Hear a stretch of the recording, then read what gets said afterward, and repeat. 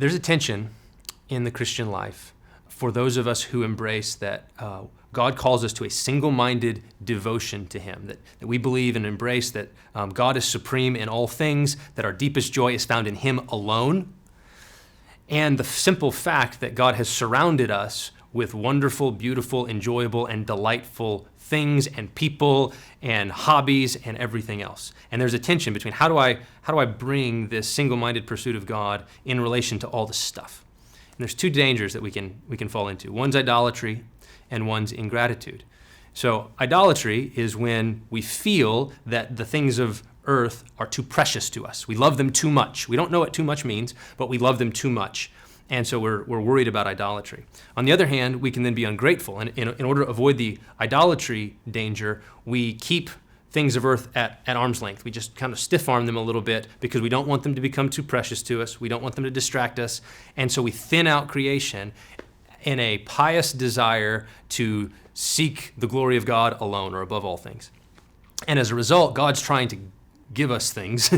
He's being generous, open-handed, and we're saying, no, stop. And so that's the tension that most Christians feel. And it comes from the fact that we're taking the gifts of God and we're separating them. Now, there's a place for this, to say, let's put God on one side of the scales and let's put all of the good things in your life on the other side. And let's see which one of those is more valuable and more precious.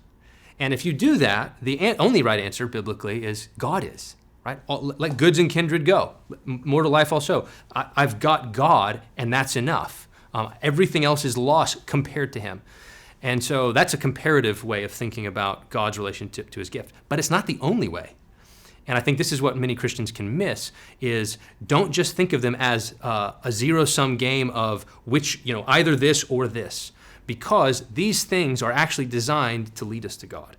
And it's through the gifts that we come to know him more fully. And so that's what might be called an integrative approach, where we're enjoying everything in God and we're enjoying God in everything, because everything is a revelation, manifestation, expression, declaration of who he is, what he's like. The created world reveals, it makes invisible attributes visible. The heavens declare the glory of God.